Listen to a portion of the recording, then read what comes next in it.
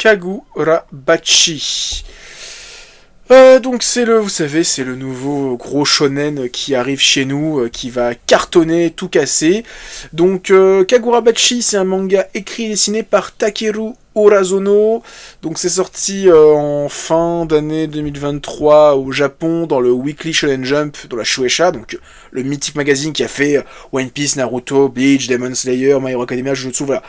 Tous les gros séries d'animation qu'on connaît sont adaptés des mangas de cette écurie qui sort toujours un gros hit de temps en temps. Il y a vraiment toujours un gros carton. Donc l'histoire, c'est qu'on va suivre l'aspirant forgeron Chihiro, qui travaille chaque jour aux côtés de son père, de nature taciturne, il est tout l'opposé de son paternel qui est très jovial, qui est un homme qui a toujours le mot pour rire. Ils avaient tout pour vivre heureux, jusqu'à ce que cette terrible tragédie, désormais, leur belle relation est tachée de sang, et leur bonheur à jamais perdu. Consumé par la haine, Chihiro est aujourd'hui animé par une détermination sans faille. Donc j'ai mis un petit peu de temps en fait à vouloir faire cette vidéo, enfin ce focus sur Kagurabachi, parce que le tome 1 était sympa mais m'avait pas non plus transcendé. Alors je sais pas si vous êtes au courant, mais en fait, quand le manga est sorti, il y a un peu plus de 1 an maintenant au Japon, sur Manga Plus, enfin avec Manga Plus, le manga, ça a été une sorte de pseudo-phénomène complètement débile, et pendant la première semaine de publication, c'était vraiment devenu le méga hit, où c'était devenu genre n'importe quoi, où les gens étaient en train de faire des fanarts, des fans jeux vidéo, des fans séries d'animation, en disant « Vous allez voir quand Kagurabachi va arriver à son arc, machin, ça vous êtes pas prêts ?»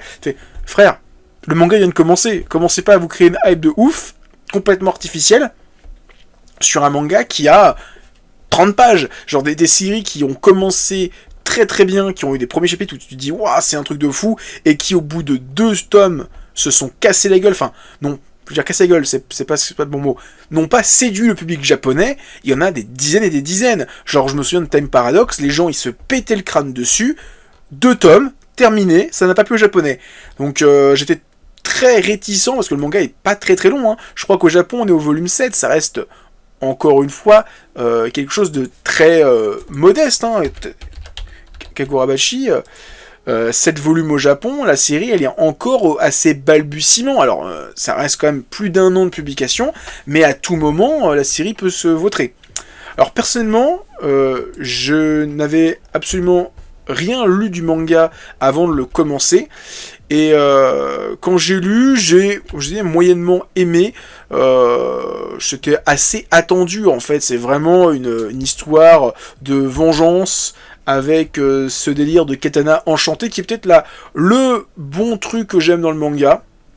La recette est hyper classique, je sais pas si j'ai quelques planches, mais c'est vrai que voilà, j'ai du mal avec le héros ultra taciturne on dirait une sorte de le héros de Mashle, mais encore plus taciturne. Enfin, on dirait un mélange entre Tanjiro et le héros de Mashle, mais encore plus taciturne, encore plus je parle pas, je dis rien, en mode je vais venger mon papa. Le seul truc que j'aime bien avec le manga, au-delà de la violence, parce qu'il y a du sang, etc., moi c'est vraiment l'aspect esthétique du pouvoir du héros, en fait, et tout un délire sur le fait que il y a longtemps, il y a eu une grande guerre entre magiciens et je sais plus quoi, il y a des gens qui forgeaient des épées magiques, et donc c'est ce qui a été volé au père du héros, c'est pour ça que son père est mort, et donc il y a des épées magiques, et le héros, il a une épée spéciale où il a 3 poissons rouges, qui c'était ces poissons rouges quand il était petit, qui sont dans l'épée, qu'on voit juste là. En fait, il avait 3 poissons rouges, un noir, un rouge et un multicolore, tricolore. Ils appellent ça calico, je crois. Et donc, il a l'air de faire apparaître ces 3 poissons rouges et qui ont des pouvoirs différents. Et j'avoue que l'esthétique des poissons rouges dans le décor rend plutôt bien. Ça donne des combats sympathiques, mais bon, c'est vrai que ce côté je me bats à l'épée, j'ai des super pouvoirs. Sans dire que je l'ai vu 100 000 fois, c'est pas un truc qui est pour moi inédit, j'aime bien l'aspect esthétique, mais après, au-delà de ça, ça reste un truc que j'ai l'impression d'avoir vu, revu et corrigé, ce délire de, voilà, on a volé un truc à mon maître, je dois me venger, globalement, si vous avez vu bon, c'est pas très très bien, mais quand je faisais mes trucs qui s'appelaient Mangaverse, il y avait un personnage qui s'appelle Sam Urai. Son maître avait été tué, il devait retrouver les 7 mangas de son maître, 7 mangas d'épée de son maître. C'est globalement vraiment l'histoire la plus classique de chez classique d'un manga de samouraï de mon maître a été tué, on lui a volé un objet de fou, je dois le retrouver. Donc sur l'histoire en elle-même, voilà, il n'y a rien de transcendant. Je m'attendais à un truc un peu plus intéressant. Donc c'est ça que j'ai attendu le volume 2 pour me dire attends, je vais quand même attendre le tome 2, je vais relire le tome 1 pour me faire un avis. Et au-delà de la qualité graphique où le manga est quand même très bien dessiné, j'aime bien cette typo avec le Tokyo sur la ville, etc., qui rend plutôt bien sur cette double page.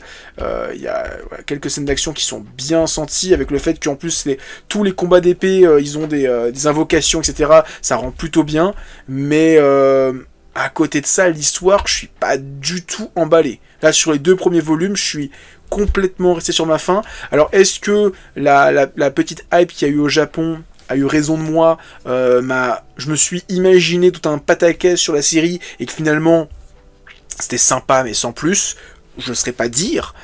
Mais voilà, en tout cas, ouais, le manga, il est ok tiers.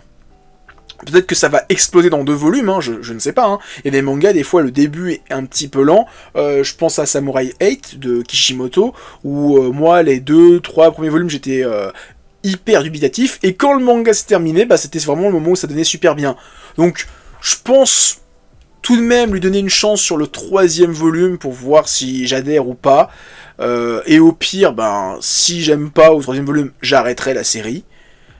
Et j'attendrai peut-être une adaptation animée, parce que de toute façon c'est un banger, donc il y aura forcément un animé, un de ces 4.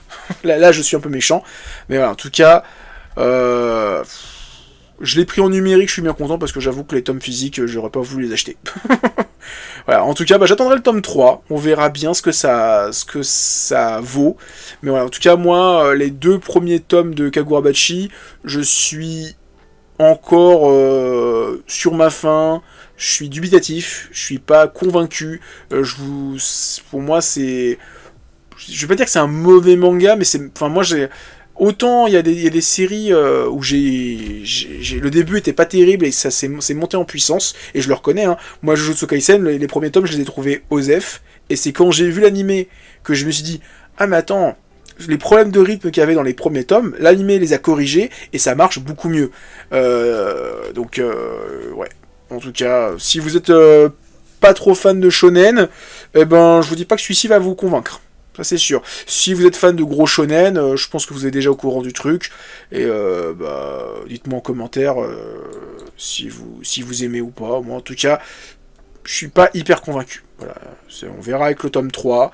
Quand il sortira, je vous ferai un retour dessus et on en parlera.